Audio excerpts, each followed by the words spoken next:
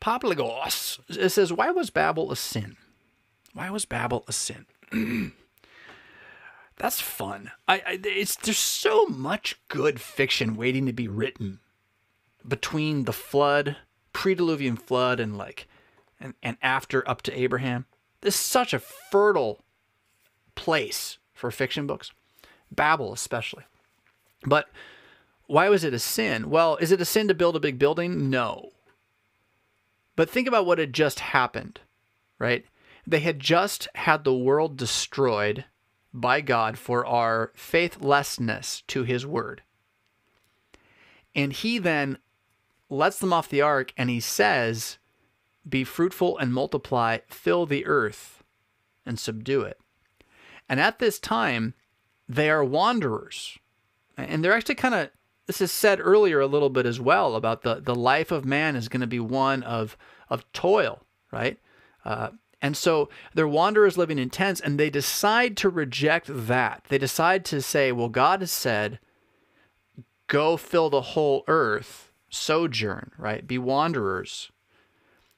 Instead of that, we're going to build a city for ourselves, for our name, and that name will last forever, and nothing will top it off. And to boot that, there was the worldwide flood, which might kill us all again, but if we build this tower high enough, the flood can't get up to the top.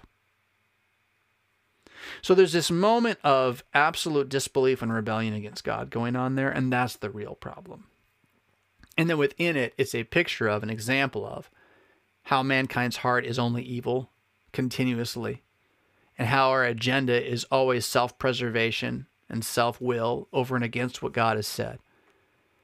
And as a result of that, the world is not only cursed externally but internally, so that even our language, even our words are cursed. They're confused.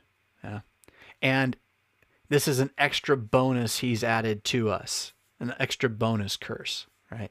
Because it wasn't there before. Can you imagine? It's got to be nuts that before that, when they spoke, it made sense. There wasn't a confusion going on between words. And now, even if you know the language, it's lost in translation all the time, English to English, because it's broken. So the good news is that the Word of God breaks the language again, and the other way. It doesn't matter if you speak many tongues.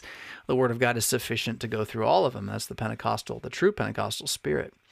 That the Scriptures cannot be so misunderstood that they stop being the Scriptures. I mean, you can misunderstand them, yeah, but they cannot be. That's on you.